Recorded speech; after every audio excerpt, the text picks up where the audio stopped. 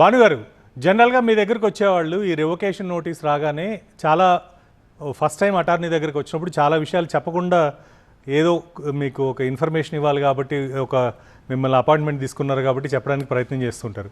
ఇలాంటి స్టూడెంట్స్‌కి ఎందుకంటే ఆల్‌టుగెదర్ వాళ్ళు పెరిగిన వాతావరణం ఎంటైర్లీ డిఫరెంట్ ఇండియాలో.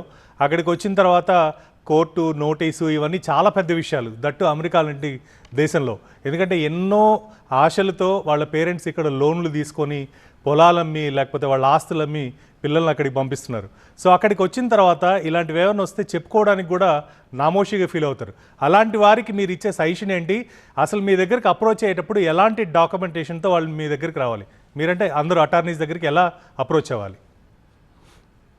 థ్యాంక్ యూ సుకుమార్ గారు, చాలా మంచి క్వశ్చన్ అడిగారు మీరు. ఎందుకంటే ఇది స్టూడెంట్స్కి తెలుస్తుంది. ఒక లాయర్ దగ్గర రావడానికి భయపడాల్సింది ఏమీ లేదు. ఒక లాయర్ తోటి వాళ్ళు ఓపెన్గా అన్ని చెప్పచ్చు. వాళ్ళు ఈ లాయర్ తోటి ఏం మాట్లాడినా కూడా అది అటార్నీ క్లయింట్ ప్రివిలేజ్ తోటి వాళ్ళకి ప్రొటెక్షన్ ఉంటుంది. మేము మా దగ్గరికి వస్తే ఫస్ట్ ఎవరైనా ఒక క్లయింట్ మీరు చెప్పిన విధంగా వస్తే మేము వాళ్ళకి ఫస్ట్ చెప్పేది మీరు ఏమి భయపడద్దు, కంగారు పడద్దు, ఉన్నది ఉన్నట్టు మాకు చెప్పండి. చెప్పితే మేము ఏమి హెల్ప్ చేయగలుగుతాం, మేము ఎట్లా మీ కేసును రిప్రజెంట్ చేయగలుగుతాము, ఏ ఏజెన్సీస్లో అయినా, వెదర్ యుఎస్ఏఎస్ తోటి అయినా, ఐస్ తోటి అయినా, లేకపోతే కోర్ట్స్లో అయినా ఎట్లా మీ కేసును రిప్రజెంట్ చేయగలుగుతామని మేము వాళ్ళకి చెప్పగలుగుతాము. అది చాలా ఇంపార్టెంట్ అండి. ఒక లాయర్గా, ఒక క్లయింట్గా అది మన బాధ్యత. వాళ్ళకి కంఫర్ట్, వాళ్ళని కొద్దిగా ఆ మూడ్లోకి తీసుకెళ్ళగాలి. మనం వాళ్ళని భయపెట్టేసామనుకోండి ఒక లాయర్గా, మనము నీకు ఇదైపోతుంది, అదైపోతుంది, నువ్వు ఇదైపోతావు, నీ ఫ్యూచర్ ఇదైపోతుంది, నువ్వు మళ్ళీ అమెరికా రాలేదు, నేను అరెస్ట్ చేసేస్తారు, అది చేసేస్తారు భయపెట్టామనుకోండి, వాళ్ళు ఇంకా పానిక్ అయిపోతారు. మీరు చెప్పినట్టుగానే వాళ్ళు ఎన్నో అప్పులు తీసుకొని వచ్చి ఇక్కడ చదువుతున్నారు పాపం. జస్ట్ తెలియక అవగాహన లేక జరిగిన మిస్టేక్స్ ఇవన్నీ. చాలా చాలా వరకు ఇవన్నీ అవగాహన లేక జరిగిన మిస్టేక్స్ ఇవి. వాళ్ళు కావాలని తెలిసి చేసిన మిస్టేక్స్ కావు ఇవి. సో మా దగ్గరికి వస్తే యాజ్ అ లాయర్స్గా our first responsibility is making sure that వాళ్ళు కంఫర్ట్ ఫీల్ అవ్వాలి, వాళ్ళు ఓపెన్ అవ్వగలగాలి. వాళ్ళు ఏం డాక్యుమెంట్లు తీసుకురాపోయినా కూడా మనము మెల్లగా, మనకు ఆ ఓపిక ఉండాలి, మనకు ఆ పేషెన్స్ ఉండాలి.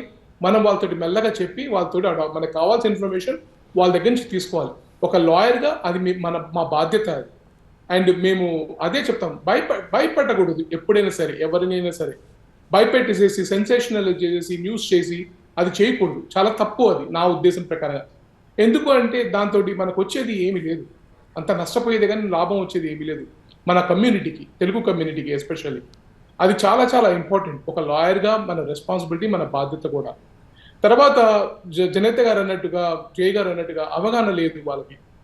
ఇక్కడికి వచ్చినప్పుడు వాళ్ళు ఫస్ట్ వాళ్ళ స్కూల్, ఇంటర్నేషనల్ స్టూడెంట్స్ యూనిట్ ఉంటుంది స్కూల్, ఐఎస్ఎస్ఐఎస్ అంటాం యూజువల్లీ, వాళ్ళ ఆఫీస్ ఉంటుంది.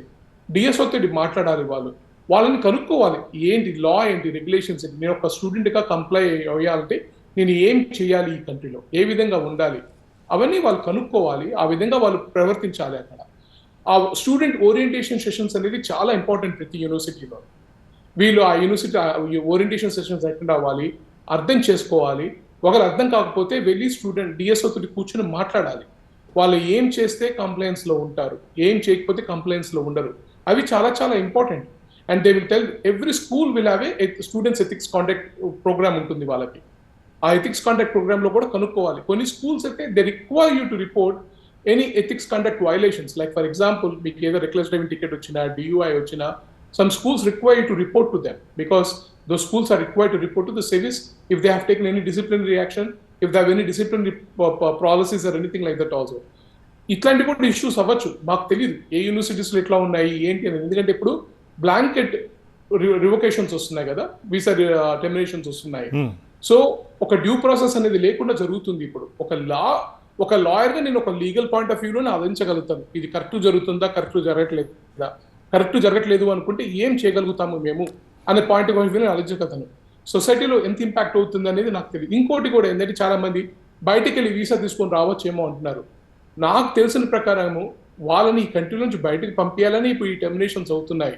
ఒకవేళ ఈ కంట్రీ నుంచి బయటకు వెళ్తే వాళ్ళకి వీసా వస్తుందా అంటే ఇప్పుడున్న పరిస్థితుల్లో నేను అది చెప్పలేను.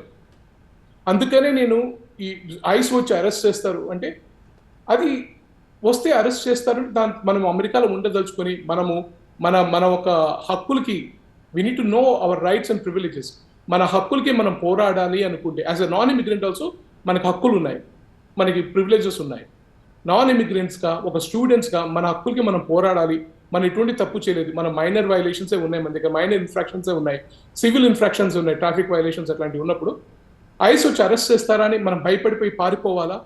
చాలా మంది స్టూడెంట్స్ నాకు కాల్ చేశారు 3-4 రోజుల నుంచి. ఎవరో లాయర్లు కాల్స్ పెట్టి వెబినార్లు పెట్టి ఐస్లో వచ్చి మిమ్మల్ని అరెస్ట్ చేస్తున్నారు, మీరు వెళ్ళిపోండి కంట్రీలోంచి అది అని చెప్పని.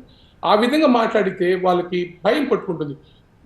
లా ఉంది, రిక్వైర్మెంట్ ఉంది. వాళ్ళు ఏదైనా అడ్రస్ చేంజ్ చేస్తే within 11 days they have to notify their address change to the government, to the USCIS. వీళ్ళు పోయి ఈ భయాలతోటి వెళ్ళిపోయి ఎక్కడైనా దాంచుకోవాలా, ఎక్కడైనా పారిపోయి ఉండాలా, ఆ విధంగా కూడా ఆలోచిస్తున్నారు. అది చాలా తప్పు. అంటే it's impacting in a very wrong manner. ఈ యొక్క ఫియర్ మాంగరింగ్ తోటి, ఈ యొక్క ప్యానిక్నెస్ తోటి చాలా తప్పు జరుగుతుంది అది. సో మనము అమెరికాలో ఉండాలి, మన హక్కులతో మనం పోరాడి అనుకున్నప్పుడు టైం తీసుకున్నా ఏది తీసుకున్నా మనం పేషెంట్గా ఉండి మన లాయర్లు చెప్పినట్టుగా విని మనం ఫైట్ చేయాలి. అది చాలా ఇంపార్టెంట్. డబ్బు అంటారా? ఎస్, డబ్బు అవుతుందండి, ఖర్చు అవుతుంది, కాదంటలేదు. కానీ some times that is not it self is the prerogative కదండి. అందరి లాయర్లకు అది ప్రెరోగేటివ్ కాదు, యూనో. అండ్ చాలా ఇంపార్టెంట్. ఓకే, అందుకే